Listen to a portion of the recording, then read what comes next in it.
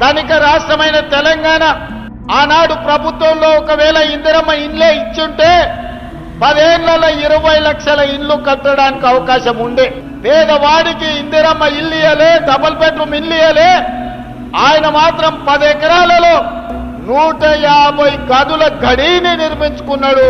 2000 కోట్ల రూపాయలు ఖర్చు పెట్టుకున్నాడు ఆయన ఉండడానికి తప్ప పేదవాడికి 2 లక్షల రూపాయలు కూడా ఇందిరమ్మ ఇళ్ళకి ఇయ్యలే.